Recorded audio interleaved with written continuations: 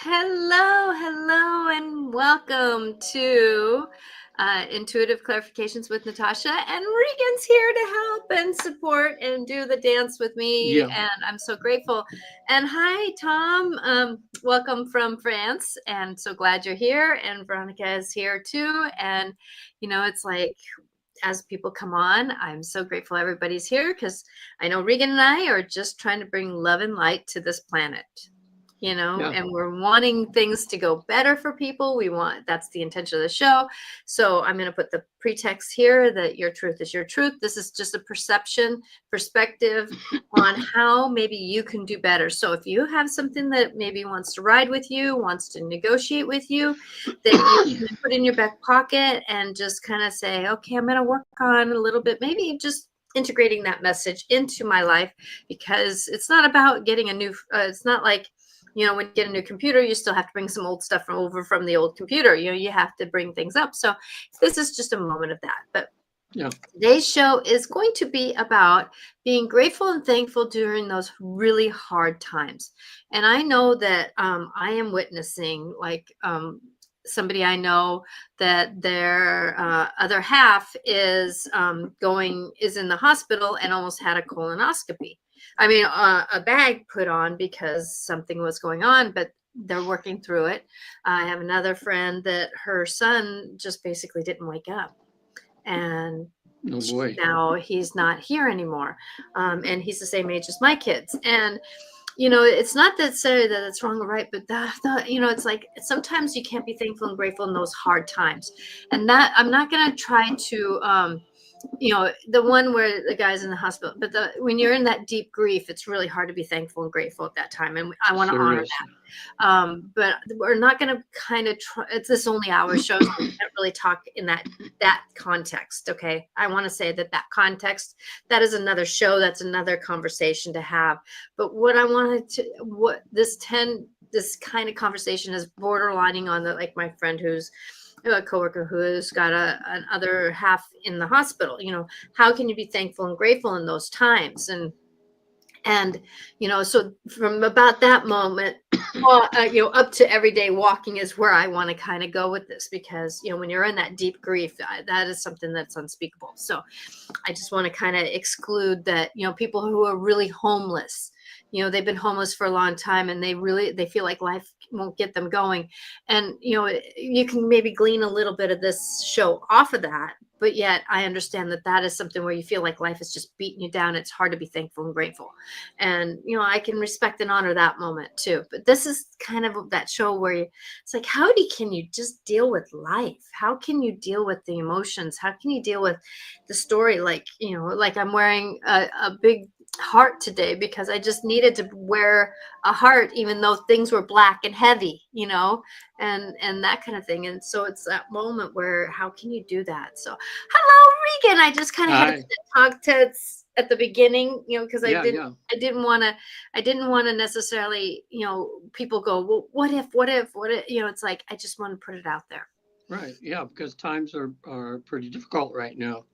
And I'll introduce myself a bit here with my name is Regan Forston, and I'm with the Newton Institute. I have a website called visittheafterlife.com, and in a different way, Natasha and I complement each other, as she's able to help people to get information from the other side, because she's intuitive and clairvoyant and amazing in Thank you. what you do.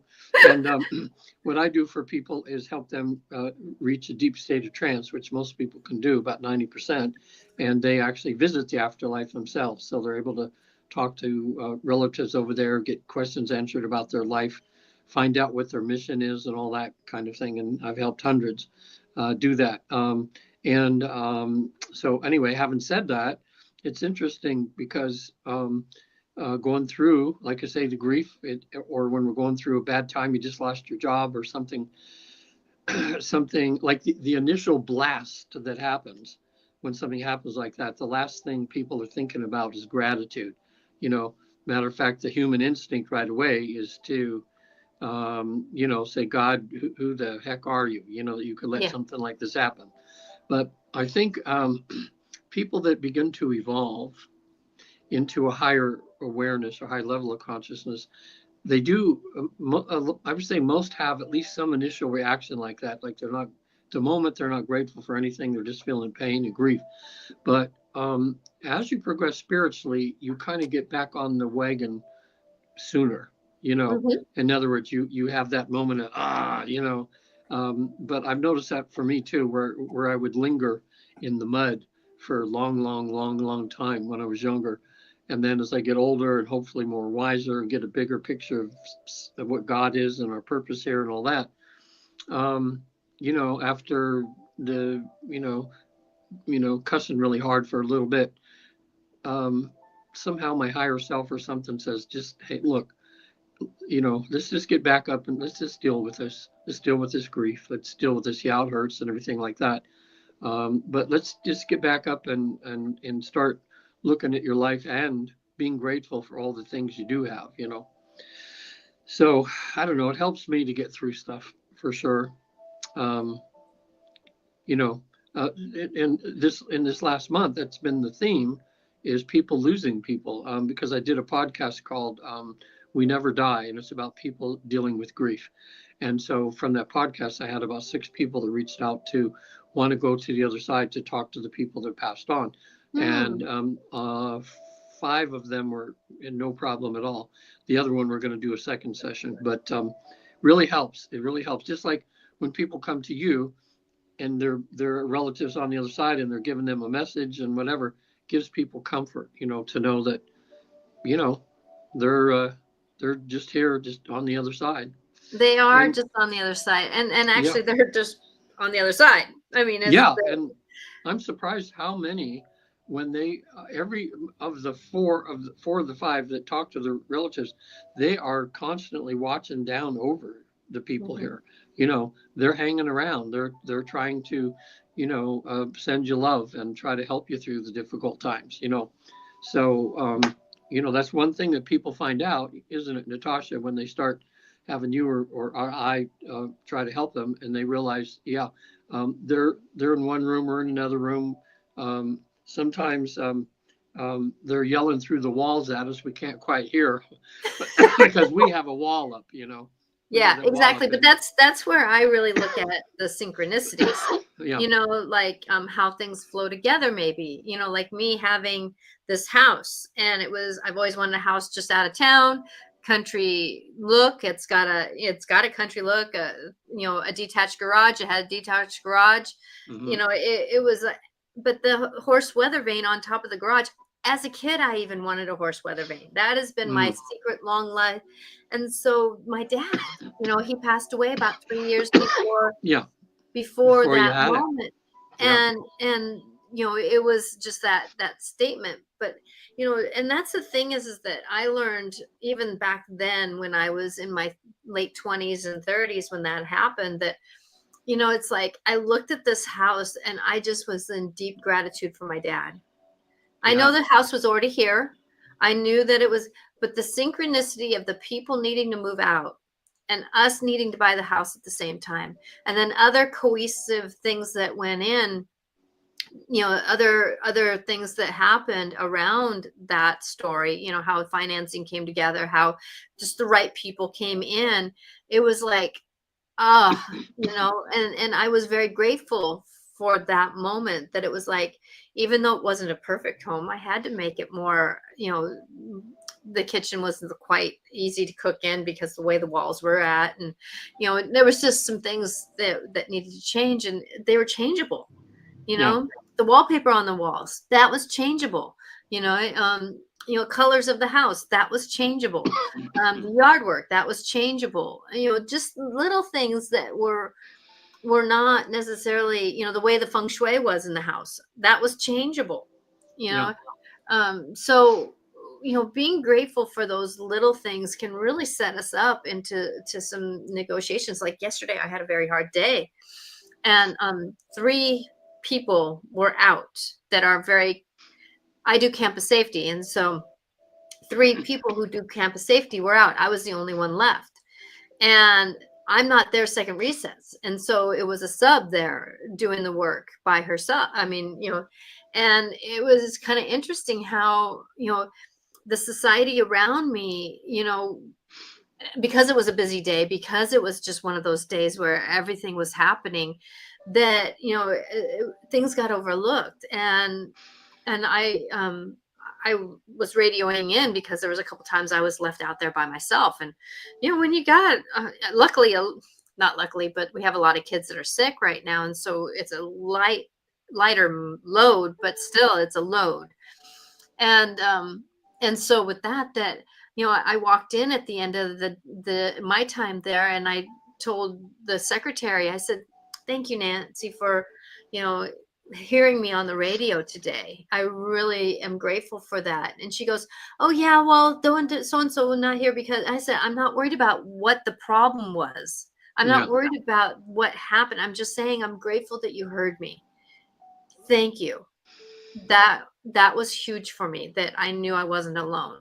Yeah. And having those moments where you can be grateful, and then something else was happening, and that was very emotional for me.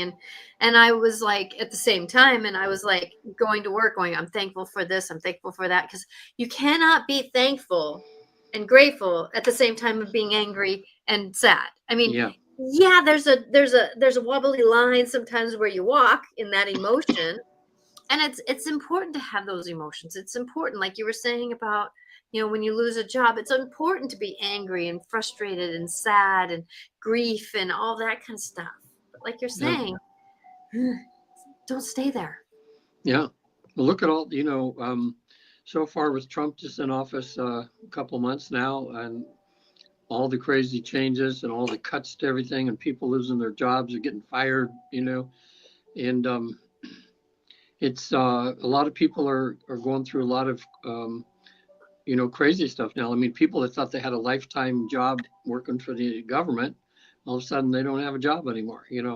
We'll see where this all plays out, but Yeah, there's a lot of exactly. tension right now, and especially people who are Trump supporters. A lot of them are getting laid off because they have government jobs and stuff. So I don't know. I just see this as a. I think we're going to get through it okay. I think America's going to change somewhat. Um, some of the stuff he's doing, everybody's always complaining about government workers, like they just sit on their butt, they don't do anything, and they get all this money and the big retirements and everything. And there's, and now that Trump is exposing all the Some waste of and all that. the stuff, some of that. So I just don't like the way he's going about it. I think there's a more professional way of doing it in a more humane, way. But a funny thing happened. I did a session for a woman up in Canada last week, and she goes so deep into trance, she disappeared, and out came Angel Asriel. Uh-huh. Asriel? Azrael. Hmm. Asriel. And then after her, Jesus came out and talked, and I'm having conversations with him, and also Archangel Michael through her. Uh-huh. And I forget which one of them, but one of them said, well, America's going to change right now, and that Canada is going to be the new torchbearer of inclusiveness and acceptance, and the things that we were trying to do, but half of the population here didn't think that that was what we should be doing, and now we're having the consequences of that. So I didn't know. It's hard to tell sometimes if how much is coming from my client's subconscious about what they think and how much is the angel talking, but it was very interesting, how they Hmm. just saying, just said, be prepared for change, and Well, and that's what's set up for this awareness that we're coming in, and that understanding that the dimensions are changing, time's going to change, yeah, and our mindset is going to be on what planet. And this is the thing, is I'm not really seeing like there's like not necessarily two planets together. It's not a separation of Earth in a way, but it is like two planets laying over. yeah, Like I've always seen, like, I was wondering why with time being different. I mean, time is linear. It's find the words, Natasha. It's time is not necessarily time. It's an illusion of time. Our body yeah, does a kid to older layer, but yet at the same time, though, really, Does it, or is that the illusion that we have? Yeah. You know, what is that illusion that we're going to do? And so I saw the earth being made. Well, that was on another dimension that I saw the earth being made, even though it wasn't like millions of years ago. Yeah. It's a mind-boggling thing. But like I saw how like one of the places, Miria, and the name just went off my head. One of the country, the places that went away, and um and so I saw that island, you know, being there, one of the islands that a lot of the crystals came from, and it blew up because of what happened. But it was going on at the same time that the 1600s were going on in England, Mm. you know, but it had a cloak over it. It was like separated, and I was Yeah. like, oh, I get it. That it's just a perception on where we're at, and that kind of thing. And that's where I was like going, you know, like I've had a couple shows on about, you know, the dimensions and the realities, and it is that. What algorithm are you going to be on? Like Yeah. today, the last 24 to 48 hours have been pretty heavy, pretty reactive, pretty 3D world interaction, and it really was a test on me. How can I be in a loving heart, in a loving way, supporting but not taking on? You know, Mm. even though I was standing in the rain, even though I was, you know, the only one out there for a little bit, but I had a choice to either be a victim of that moment or to say, oh, yeah, that was a rough day. I went through it, mind, body, spirit. I know I need to sit down when I'm done with work and just kind of be with it for a little bit. But Yeah. then at the same time, though, do I stay with that? Well, I did stay with it enough that something had me have an interaction with, that made me go in and talk with the principals. So it Yeah. stayed with me long enough for me to do the journey of the fullity of why I went through that. Yeah. Yeah. I I went to Los Angeles to do these life between life sessions, 2 weeks ago. That's, when I talked to you last week when it was kind of crazy, and I did a session a day, 5 days in a row, and it was almost too much, Hmm. spending, because these sessions sometimes, some of them are 5 or 6 hours each, and it's very intensive. But on the way down, I was going down a couple days early because I thought it's warmer down there. The fires are all out in LA, Hmm. and I can, be able to golf. So here I am on Sunday night. Oh gosh, it's about, I don't know, 8 or 9 o'clock, and all of a sudden my van just conks out in the middle of nowhere. So I had to get towed down to Fresno and spend the night in my van at a mechanic. And the next morning, because it's a Sprinter, Mercedes, they didn't have a clue. They did find out what was wrong, but they didn't have a clue to fix it because it took special tools. So then they had to get towed 130 miles over to Salinas to a Sprinter mechanic who actually I've had used, worked on my Sprinter before. So then I spent, it was freezing cold. It was going to get down to 32 that night. He was so nice. He worked late till it was dark anyway. His hands were so cold that he couldn't even use his tools. So, he thought he could get it done. But anyway, so I spent the night in freezing Wow. temperature there. Next day he comes in about 10 or 11, and by 2, 3 o'clock, I think I was all fixed. $1,600 for the repair. But I was glad the way I handled it, because I've just learned now when I have car trouble and that kind of thing, it's just a car. It has issues, it has problems. Luckily, I've been having enough clients, I just get a little saved, and then boom, there it goes to repairs. But I think, well, I had the money. I didn't have to borrow it or anything like that. So that's the good thing. I tried to look at the good stuff. And then when I really thought about it, I thought if that had happened up here in San Francisco area, I would have probably paid double of even what I did to have it done here than I did down by Monterey. He charges, I think, 125 an hour, and they're like 250 an hour up here. Wow. Hmm. And that's all he does is work on sprinters. So he knew exactly what the problem was. He had the right parts. And I'm thinking, thank you, God, I mean, because if it happened any other where, it would have been horrible. But, I could have taken the road of, oh my God, $1,600 and blah, blah, blah. But it's something that happened. It had to be fixed. And I was like, Spirit allowed me to get it done in the least disruptive way. And, Hmm. and cheap, even though it was $1,600, it could have been 3,000, Yeah, to have exactly. fixed. So I was, kind of just patting myself on the back a little bit, say, that's the way you got to do it. But that was kind of a metaphor for these crazy things that happen. And the studies that have been done, that people that, look at the glass half full, people that make lemonade out of lemons when you get them, Hmm. they have the same issues that other people have. But when you ask what their happiness quotient is in their life, their happiness quotient is way higher than the people that decide to, look at things negatively and to, Hmm. bitch and moan and play the victim mode. So, and so they've proven, and, scientifically by studying people. So that shows you that we have a choice. You know, we can either, bitch and moan, complain, and play the victim mode, or we can get through the same situation a lot easier, um, by just choosing to, by choosing not to go down that rabbit hole of complaining. Exactly. Well, I know that for me that, witnessing, and I'm not judging at all. I'm not judging it at all. But witnessing it, that there is a payoff for being a victim of life.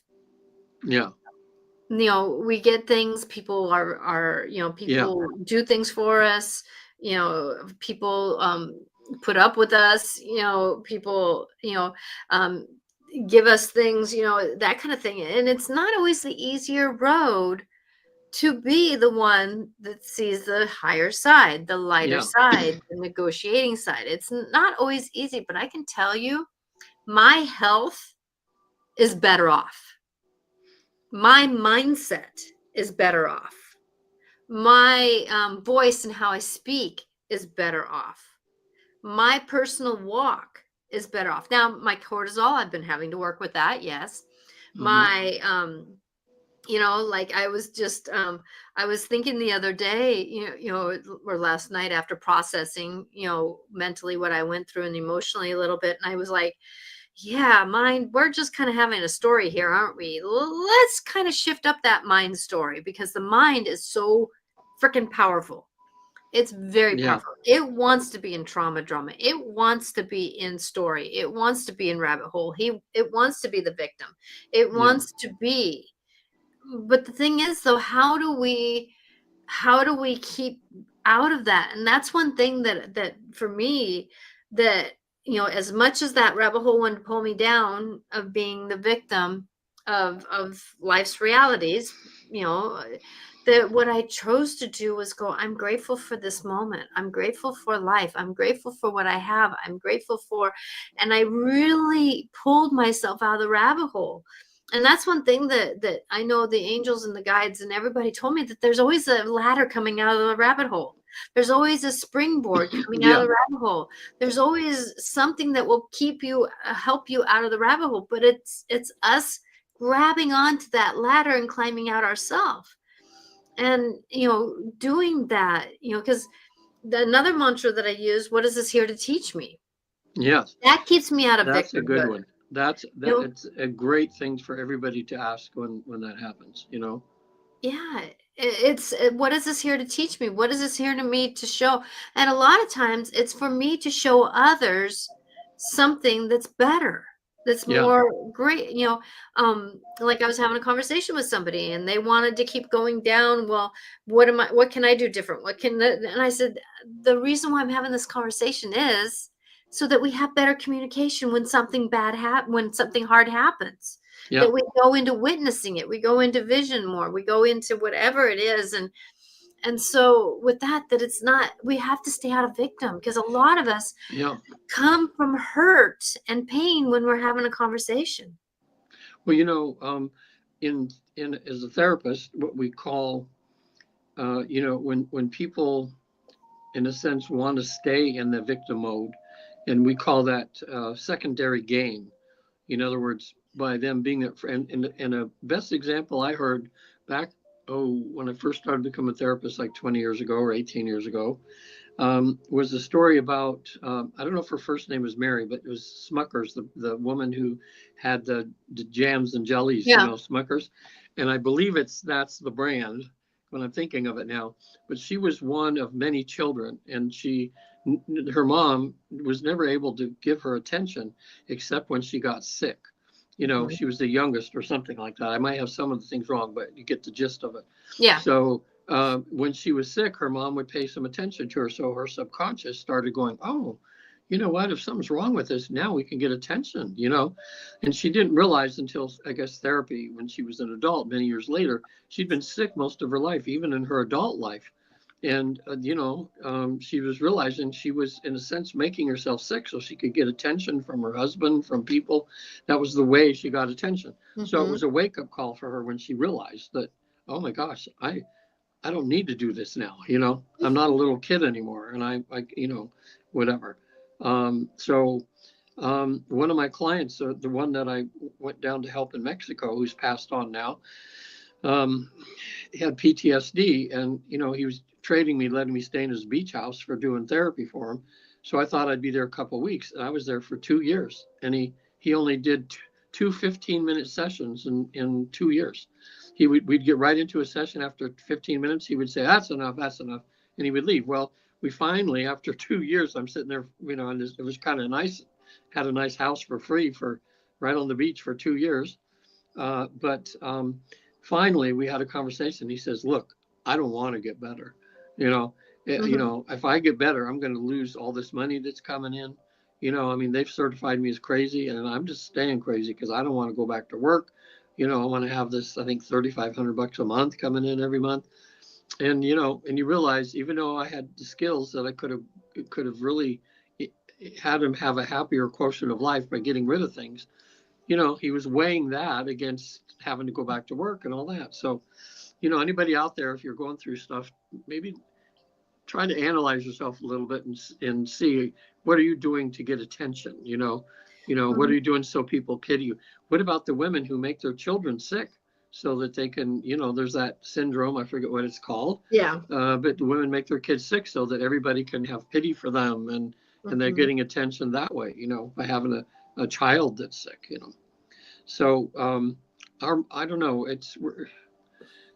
As human beings, we have so many things that go on in our mind, and it's so hard sometimes for some people to begin to say, "Hey, let me turn around here and let me kind of try to look at that glass half full." And I think it comes from starting a grateful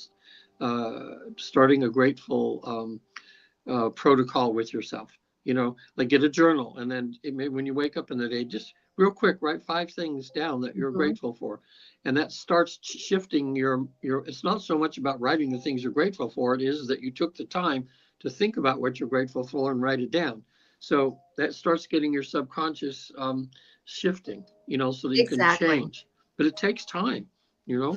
It really does, and like, I came home to my husband trimming on one of my maple tree my maple trees, our maple trees, and, it's like, because the trees, he would rather not have all this maintenance, Yeah. so I call them my trees. And maples are my cedars and maples are my home trees. Yeah.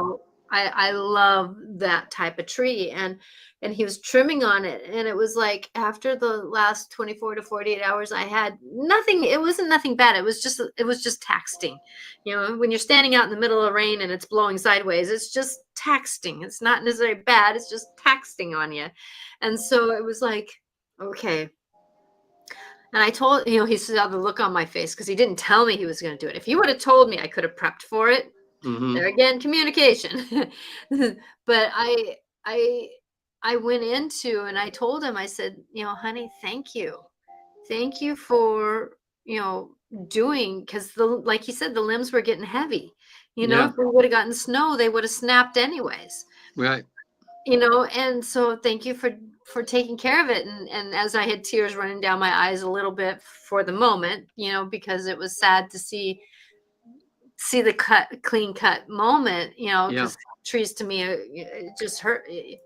I try to separate myself, but it was one of those moments that it was like, I'm grateful that he's here to do it.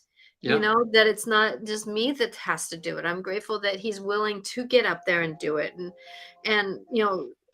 And yet think of me, because I know that he would have hacked it down. He probably would have cut it down. Yeah.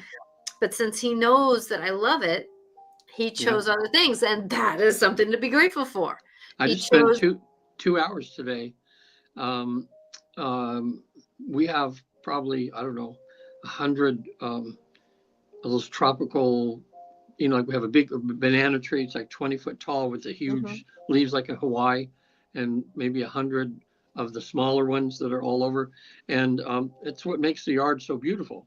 Um, Yeah, but you have a every beautiful yard. every year I have to chop them down to an inch away from the ground.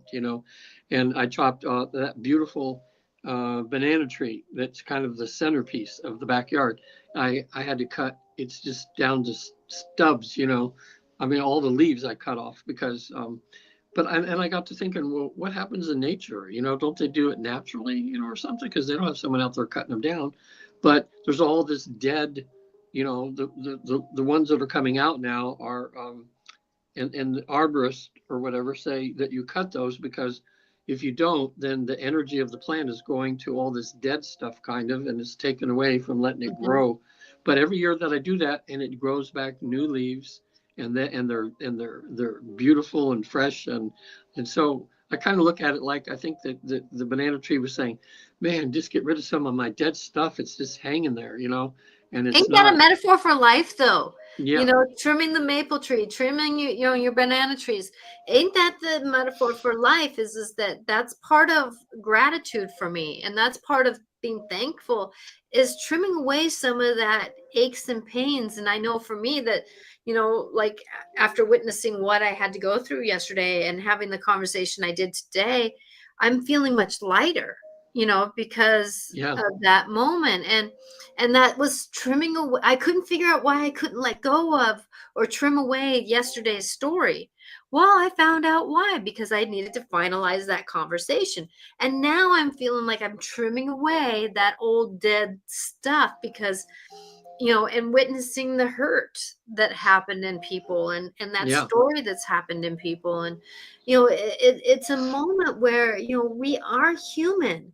We are very much physical beings who process through things, yeah, and negotiate it, and our bodies are so important to support it in that story. And how do we support our cortisol going higher? How do we support our anxiousness going higher? How do we support, like I was craving sugar so much. I was craving, and there was a Reese's peanut butter cup, and that's one of my favorites, or a Kit Kat bar. That's one of my favorites, because I can eat it. yeah. They're not made in tree nut facilities, and I didn't have one, Mm, because I knew that if I stayed away from sugar as much as I could, that my liver wouldn't be going through, I wouldn't throw my body into the stress of it. It yeah, was already processing enough stress. So I wasn't going to get my body into a bunch of ill health because of especially what they put in peanut butter or in Reese's peanut butter cups, and what they put in, the Kit yeah, Kats. It's not at all good for you. It's not what the old stuff used to be, right? It's right. the newer stuff. And so going into that, how do we can do that? And it is about taking care of us. And if we can take care of ourselves physically, being thankful and grateful helps our whole mentalness to go much more calmer. Yeah. One thing,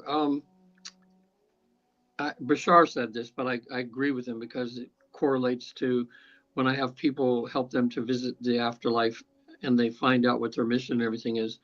Um, Most people begin to realize that times are tough right now here in the world, but they knew that ahead of time when they came down, and they're all wanting to be part of the shift, part of the change.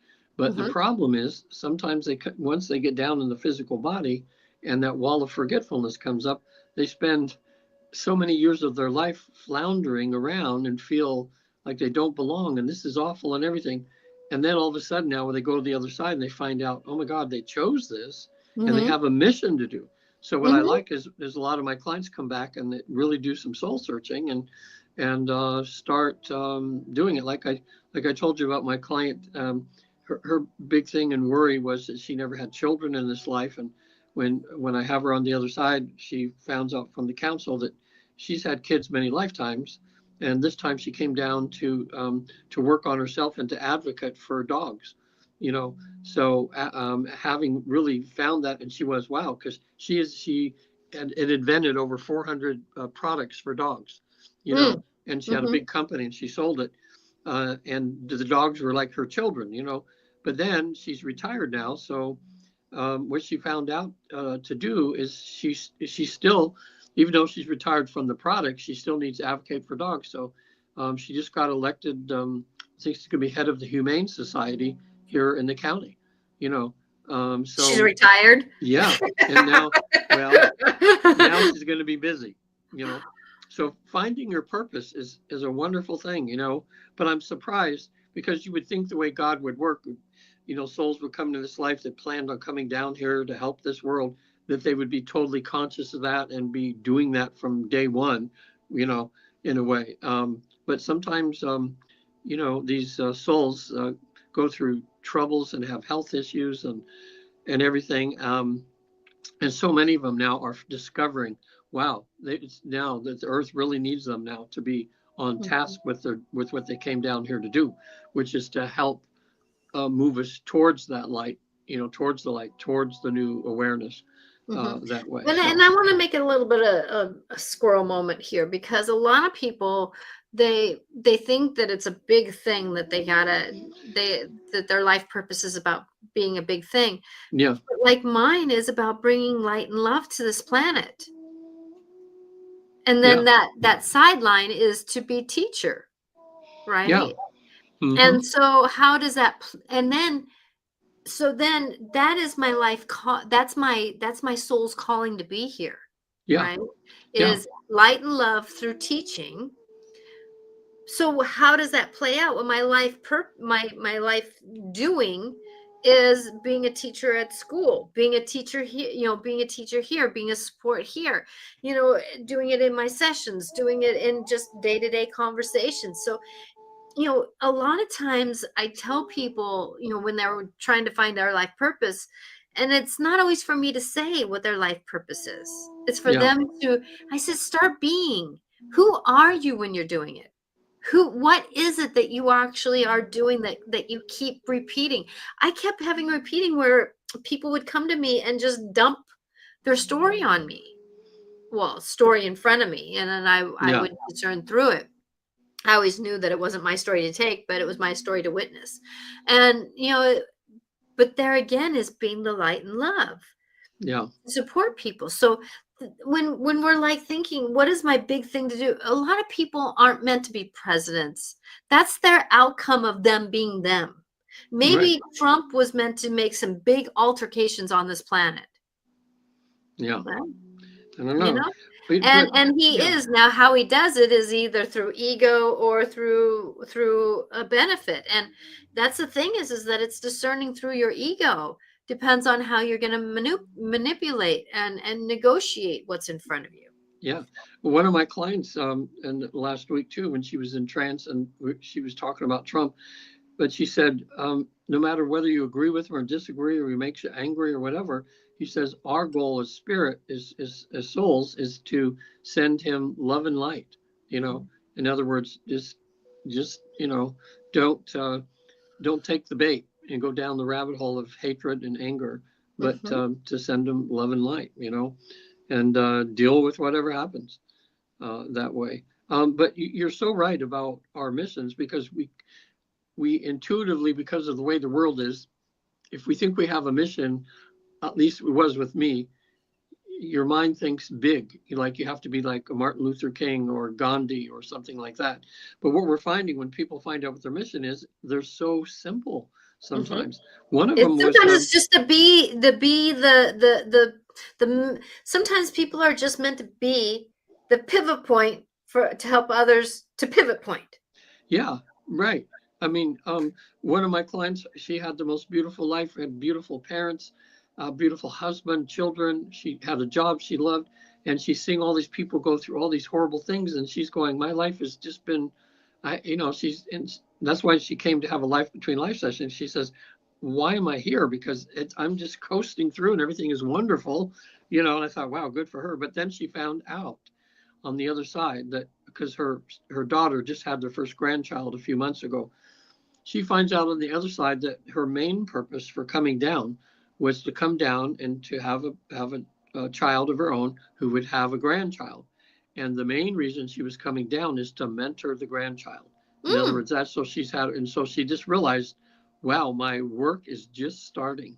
You know, what a beautiful thing to find out, because now when she's with that granddaughter, she's going to know she has a responsibility there to help her to learn Mhm. to be to come from love in everything she does, the But she child. had to go through those life experiences before that to get Yeah, to the point, I, before she had wisdom to be yeah, able to support the that's it. granddaughter. That's it. Yeah. Hmm. You know what I So mean? she didn't realize she was in school, but because she was an A student and everything was fine, but now she's able to mentor the grandchild, Mhm. Um, but and I know I think I've said this a few times because it's just so funny where the woman who was in trance and she realized she'd come into down to earth to learn patience. And then as the conversation went further, we found out that she's been learning patience for about 500 earth years, So in other words, that shows you how difficult it is sometimes to have patience. And she's still Exactly. working on it that way. Um, Exactly. And patience is an amazing thing. Even like me, coming home and seeing the maple tree being trimmed on, I had to have patience with my yeah, husband doing something that I was like, I had yeah, to have patience with myself. Patience is a little slippery slope to negotiate yeah. with, you know. And recently too, I had a client who had a twin sister, identical. And I don't know if I mentioned it with you I don't before, know. but she showed me a picture when they're about 6 years old and they're facing each other, and it looked like it was just one picture, and you just flip it over because they looked Mhm. identical. They both had ice cream cones, and they were just smiling. It was just so cute. And she had a twin sister, identical to her, and then her sister got run over by a truck and killed not too long after that. So that set her life on just a whole different path because she was so young at the time. It was hard for her to process why she, Mhm. because twins just, there's just Yeah, that you're you're something that you're they're two peas close. in a pod. You're two Yeah. souls. Yeah. So Or one soul that's separate. It's almost like one soul that separates. yeah, I was able to regress her back to being in the womb of her mother's womb with the sister. And I had her have a conversation with her twin and say, I said, ask your twin here, why did you guys decide to come down here? And her twin tells her in the womb, says, I'm coming down with you because you were afraid to come down and be in a human body. And we were so close in heaven on the other side. I wanted to escort you down and make sure you were okay. And then I was going to go home, you know. And so, she found out that other soul was so much love. We're just going to say, look, you're afraid. I'll go with you, Mhm. you know. And that was the mission of that soul. And then it was time for her to leave. And it was kind of a crazy way to leave by getting hit by a truck. But that's what kind of happens. Yeah, because So some twins that are like that are one soul that comes down, and I want to say that, souls are like angels and Mother Mary, that we're not fragmented at all, but we're doing many different things. We're never yeah, like one full soul. We're all over the place doing the work of many things, and but that we can have a little bit more of ourselves. yeah, So some twins, when they're so close, they are one soul that separates out to be, so that the soul yeah. can work on a dual Wow, that's negotiation. yeah. And I'm then like there's yeah. other ones that are two souls separate that come down and to do the work like you were just describing. Hmm. Well, that's good. Now, if I have twins again, I'm going to try to look a little further and see if I can, because we're doing this research. So, and find out, because that's very interesting. But now, there's all this talk about multiple universes. That there's uh, you know, there's a We're million Earths, and like we're having parallel lives. And if mhm. that's the case, then it just shows the soul that we, if that's true, we can kind of, you know, our souls are so huge, we can fragment into infinity, you know, and everything. So in a sense, you know, we're everything, you know, too. I Exactly. don't know. Well, so All like this with me, when stuff. I had a session with you, because I went down and visited you at the Yeah. not last year, but the year before, and we did a session, and I went over and had a time when I there was me in a very rich house, and you know, she was walking Oh in the yeah. door, and we had a conversation. I don't know, it was a long time ago, but I was having a conversation with her, and I was like, oh, okay. So what I did was, after our session, and I've been doing this once in a while, is I'll go and talk with her, because Oh she's got money, she knows how to be rich, she knows how to all that. And that was something that, for me, I had to learn the experience of how to be wealthy in myself, how to be wealthy in life. And then I told her that I would help her out, and how to be more communicative, how to be more, because she was more feeling very alone. So how can I help her feel more loved and supported, and you know, be the person that people want to be around. yeah.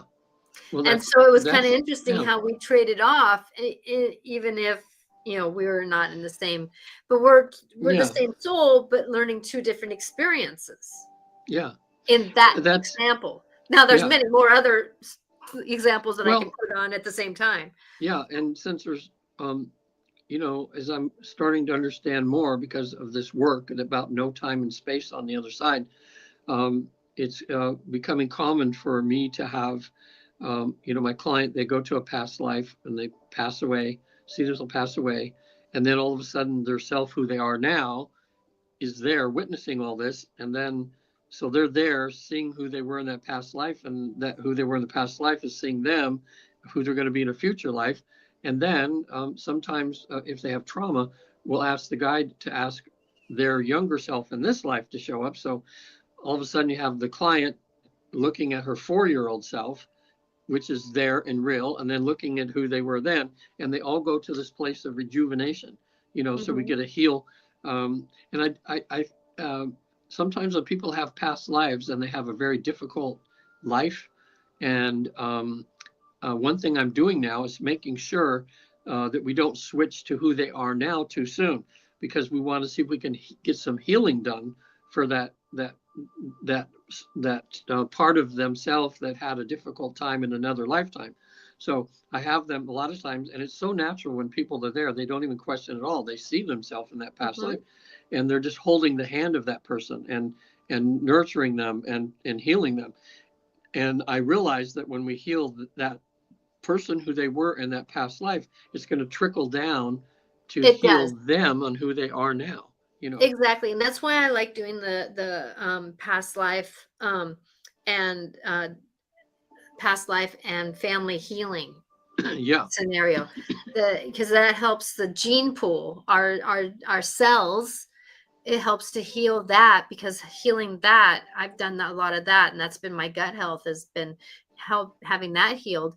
And then the past life, but and in my language that I'm using now, I still keep the past life on that description on my website, yeah, but it's an other lifetime.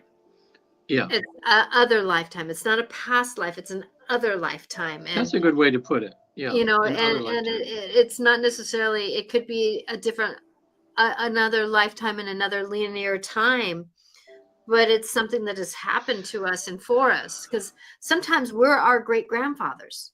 Yeah, yeah. I mean, that's I'll tell you, it's just It's so mind boggling. interesting. All My it is mind blowing. Yeah, Yeah, I mean, my brain is really open to hearing this and stuff, and even that is like going, okay, but my body is still at the age that it is, because I remember being young. But then at the same time, though, I understand that I'm doing some work on myself to age back, yeah, mm, yeah. To reverse age. reverse age. I hope, you know, one thing when when Archangel Michael was talking to me through my client last week, and then she starts talking about me some, and said, she told me, she says, oh, you're going to be here a while, Regan. Says you're going to be here a while as long as you, change your eating habits a bit. And that's funny because that's just what we're doing now. We had our blood. We have a coach that's going to help both Patty and I to get rid of all of our inflammation and whatever. But we had to go have a blood test done. It was sent to a lab, and then they came back and had a list of all the foods that my body can accept without giving me inflammation. All those foods are the best, and all the foods that we shouldn't eat, that are causing inflammation. And then trying to find the same food so you can eat. Yeah, I know. You're going to be eating. Well, she usually has breakfast by herself and lunch, because she's up before me and all that. So we usually have our one meal together. So when we go, we're getting ready to leave tomorrow for a week vacation, and then we're gonna take both of our stuff together and see which things are in common, and then try to see what we can have where I'm not cooking two meals all the time. But that was a big awareness to see how we eat. Each of us is an individual soul and person, and our bodies, even our bodies, are not like everybody else's. Mm-mm. So everybody has to, has things that work with their body and things that don't. And a lot of them are foods you just think are awesome, good foods. Like some people can't eat certain fruits, or some people can't tolerate meat. Some people only certain types of meat. Exactly. You have to find out. So I'm looking forward to it because I want to reverse age too. I want to be here for a while, but I want to be healthy. That way. No, me too. And that's the thing is that I usually go with what my body craves. Like right now, I picked up a jar of pickled beets. Yeah, beets are supposed to be good for it's most like people. I can't get in. I mean, I'm picking up the jar and I'm just like, I'm eating from the jar sometimes because it's like, but that's what my body's craving right now. And that's what I go with, what feels right. Like in the middle of winter, I try to eat a salad and I just got a tummy ache from it. But I know that I'm starting to get the idea. A salad is starting to sound good. Yeah. It's that time when you need it, right? Exactly. And what was feeling good to eat, like I have usually struggled with tomatoes in the past because my liver was so unhealthy and my gallbladder was so unhealthy. And so I had problems with tomatoes. And now that I'm healing it, I can eat it a little bit more. But what I did was the spaghetti squash, and then I had spaghetti sauce on top. And there it was like, oh my gosh, it was so warm. And my body just was like humming at a wonderful, wonderful balance. But then I had it this last time. And it was like, nope, that door has shipped. That ship has sailed. I won't be able to probably eat it until the root vegetables are back in sync with the timing. And that's one thing I'm really noticing is my gut. And I'm thankful for this moment, this awareness that I'm having. This is another moment to be grateful and thankful instead of thinking about and that's one thing is when I couldn't eat a lot of foods, I had to be grateful and thankful for the foods I could eat. Yeah. That my body wanted to eat so that I would be able to eat those better. And a lot of people go into, I struggled with that, being in victimhood about, I can't eat this anymore. I can't eat that anymore. And I can't do this. And I can't. And now it's like when everybody's eating sugar at work and stuff, and I'm not eating it, and I'm like going, God, I've really gotten off the insulin resistance, haven't I? Thank you, body, for guiding me in the right way, because me not eating as much sugar has actually been better for my liver and my gallbladder and my spleen and everybody else. I'm glad you said that, because that's what I'm going to be, be another test of me, saying, okay, how have you matured enough, Regan, to really take care of your body, to quit having so much processed food, because there's lots of things I haven't gone into detail yet. I've got the whole list. It's like 35 pages, this report I got. Yeah, so I have to go through. Well, there's going to be good news in all those pages as well. Because I already saw that there's a whole bunch of things on there I really do like, and there's the things that there's also a lot of things I do like, but I know now they're just not good for me. So I got to concentrate and just and find that out. But one thing I wanted to mention, I was going to mention today, because I was so moved by a session I had this week, and I thought I want to share it with everybody to show you how evolved a person can be in this lifetime. Someone who's dealt with a lot of trauma. Okay. So I had a client on the other side. She's at the guide takes her to a place of healing. She'd had a perpetrator in her life that, without telling the details, but it harmed Thank her you. a lot. Okay. And so we're at this place of healing. And I thought, you know what? The perpetrator had already passed on. So he's on the other side. And it was a relative of hers. And I said, would you be willing to see if that person is here, and maybe you could get some clarity on why he did to you what he did, and find out what's going on, what was the whole purpose of that and everything. She said, okay, I'm fine with that. So the guy, we asked to come in, and there he comes. And because I'm thinking, okay, now she can have a conversation. If she has any anger or whatever, she can Mhm. just get it out. She And can, then by rights, she should. right, do some healing. But you know what she did? She sees him. She goes over to him, takes him by the hand, and says to him, "You need some healing."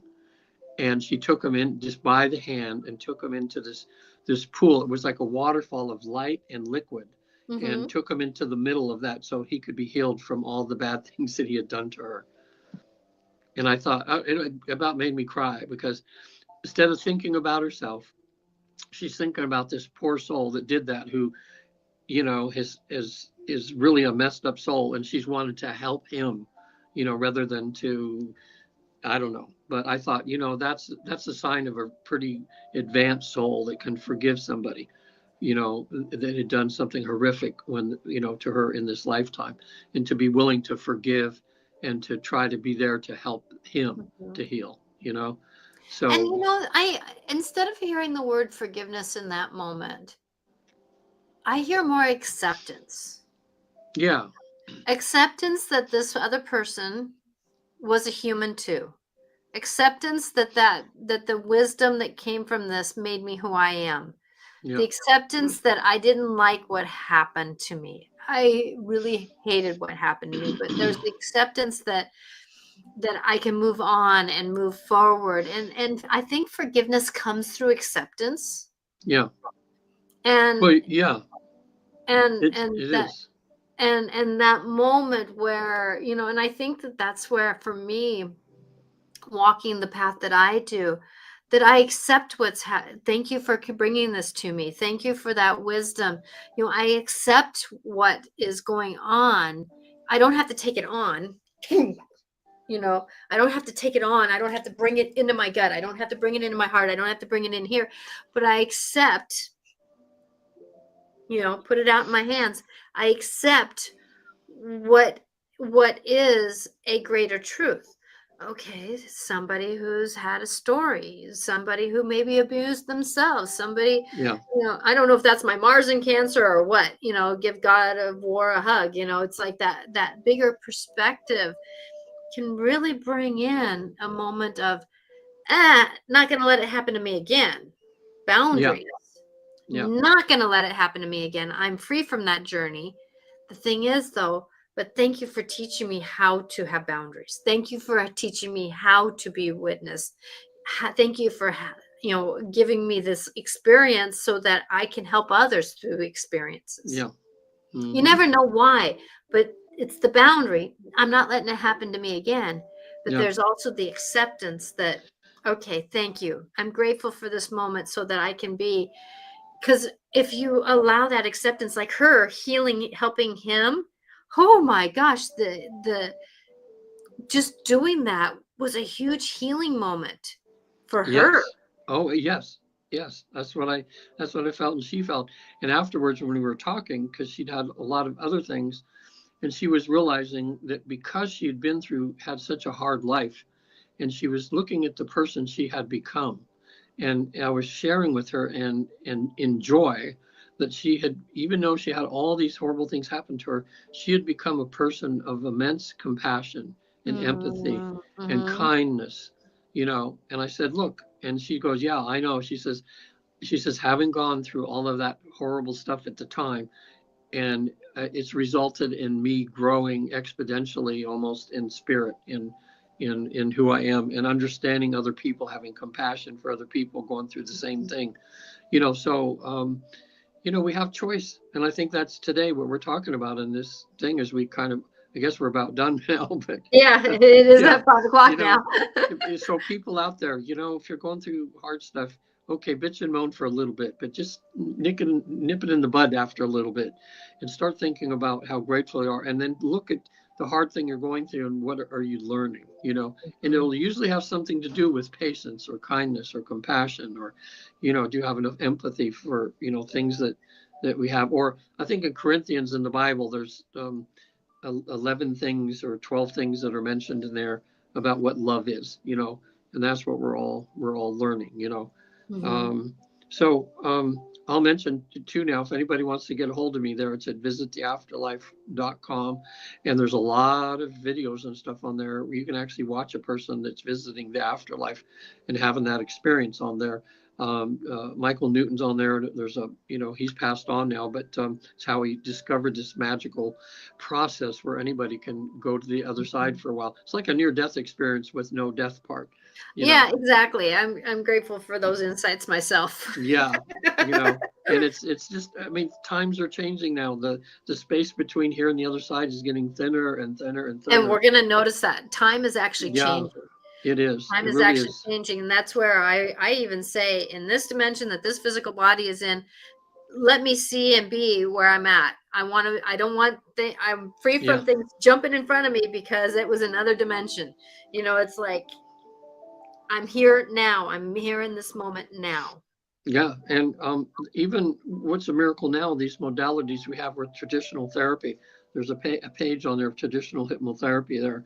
And we have modalities that deal with, that are amazing with PTSD and anxiety, depression, fears and phobias, and that they can just be healed now, or you get some sense of normalcy back in your life again after, when you thought it was impossible, but now it's, it's not. And I've been really enjoying these Zoom sessions, Natasha. I mean, I knew you do remote stuff too, where people call in and you do remote. Oh, yeah.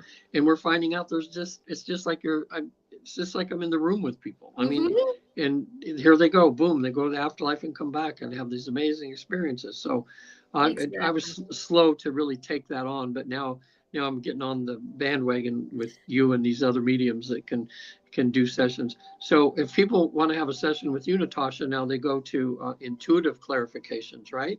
Intuitiveclarifications.com. Yep, .com. And I am here to bring light and love, help people get through the 3D world. And, Paula had a quick question. Thank you, Paula, for being here.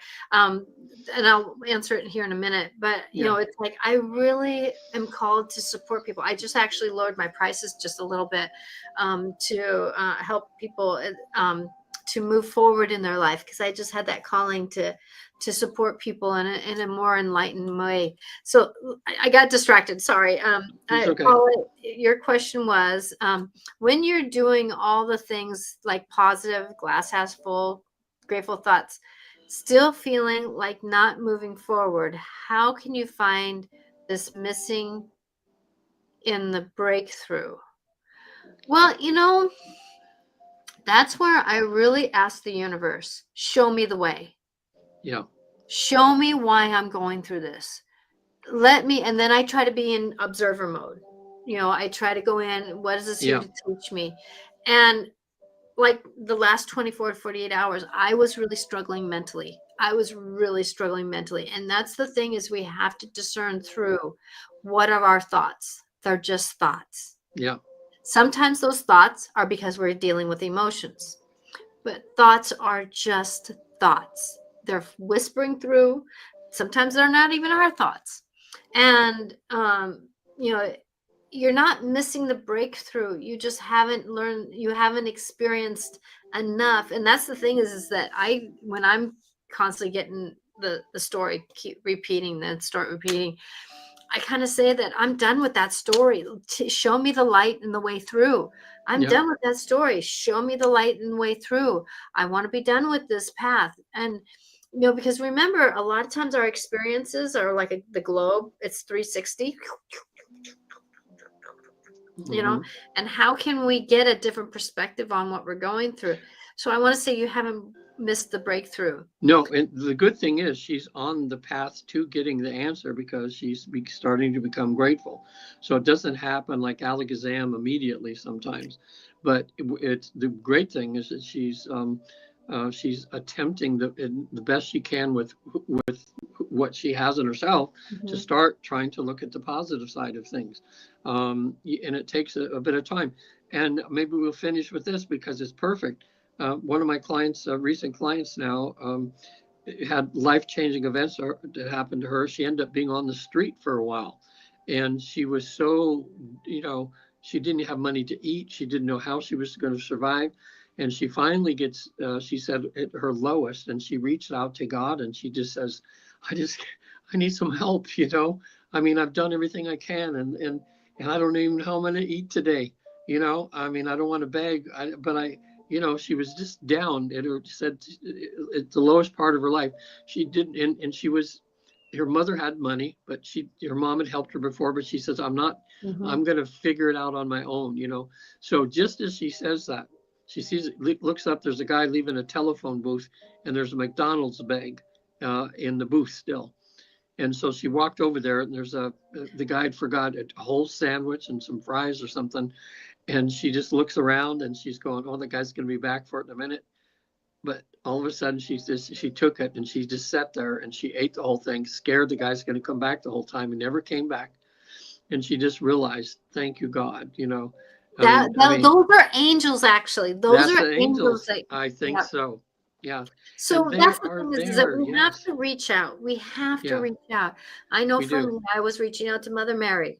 You know, help me through this. Give me some language. Give me some knowings. Give me some inspiration. You know, because we have to get inspiration to keep going. Yeah. And whatever you can do, find those inspirational moments. You know, and I know, Paula, you've gone through a lot. You've made some personal choices. You've made some negotiations, and you know, you've gone through things that have been hard. We all have in some way, but I can tell you, going through those hard times, and now, yes, I still have those bumps in the road. Yes, I still have speed bumps. Yes, I still have rocks that I step wrong on being barefoot. You know, it's like metaphorically, but the thing is, though, I have the tools now to get through it a little bit more. And so think about, what tools are you gaining? What knowing you're getting? Because life is about our story, our journey. It is a journey. Veronica, thank you for your message earlier. You know, are you done with your lessons and experiences? You know, we can be Yeah. done with the really head and, you know, the that knocks us over all the way, right?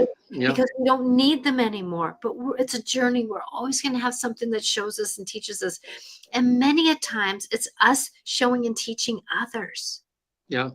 You know, the people that are watching the show today, I don't know, maybe it'll help them if they go to my website and just say, "Hey, just, you know, they were just here Natasha's show here." I'll send them two books, free ebooks versions, um, and um, and one was about my journey to the other side, where I spent about 3.5 hours in the afterlife and all that I learned. Um, it might motivate them a little bit, just because I know when I went to the other side, and I've been 3 times now, actually, and I learn more every time I go. It's like I learn stuff, you know, because and it's nice because they say when you leave, they says, you know, it's an open door policy, or you know, you have this process now that allows you to come back. So if you need some help, just come back, you know, Mhm. and they just help you with stuff, you know. But if they go to visittheafterlife.com and just say, you know, you saw the show today, and I'll send you two free ebooks that are about this kind of thing. It's just something you read, and it just kind of just helps to keep you in a mode of there's this bigger picture, and everything's okay, and everything's happening for a reason in your life, and you may not realize it at the moment. It sounds so cliche to say Mhm. that, but it's really true. You know, as I found out, all these things that didn't make sense at the time all gelled together at one point in my And life now. sometimes it's 5-10 years later and we I don't know, know yeah, why. And, it's like all those years that I was, troubled with my marriage, and I know now why I'm yeah, still married. So I hope, Paula, that helps in the very short few minutes that we had to help you yeah, out in that yeah, moment. Because I know that we're all going through something right now and we're wondering why. We're wondering why. Keep wondering why, but stay in the positive as much as you can with why is this happening? I'm yeah. kind of curious how I can do this better. Universe, show me the way. Yeah, and Paula, go to haveningtouch.org. Havening, it's HAVENING touch.org. This is a new it's a new thing in energy psychology, and people can learn it in 5 minutes. And it reduces your cortisol level. Yeah, it's three movements that you do, and what it does is it just physically messes in a good way with your body. They're saying it's Mhm. even like repairing old broken neural pathways in your brain. It's just three things that you do, and you'll feel an energy shift in your body as you do it. So it's this, and the hand swipe. But there's about 10 videos on there, and even a scientist on there. And watch some of the videos of people that try it and watch how it just changes their life. Yeah, I am actually going to remember to do that because I know because my eye was starting to twitch during the show, and I know that that's a high cortisol level. So I'm going to work on doing that too, because Yeah, it's like we're learning all these brush things your now. hands of the situation. Yeah. Yeah. So thank you. All right. Paula says, as always, thank you for the help and the guidance. You are more than welcome, Paula, and You're Veronica, welcome, and Paula. everybody that was here. I so appreciate you being here and doing what you're doing and being who you are, because we are all miracles in the works, doing the journey of our journey. Yeah. And please go to visit theafterlife.com for Regan for a session, and I would be grateful to support you in your life's journey at intuitiveclarifications.com. Also, I'm Thank doing you a all. lot of social media posts on doing this. So please look for my few-minute videos on YouTube. They've been going to shorts lately because they changed the algorithm. So if you look in my short area, you'll find a lot of my videos now. I need to put them in different categories, but I haven't had the time to do that. Yeah. Knock on wood, changing that story. So thank you, All everyone, right. for coming. Thank you for being here. We'll talk to you later, and we'll see Next you next month. week. See you next month. Bye.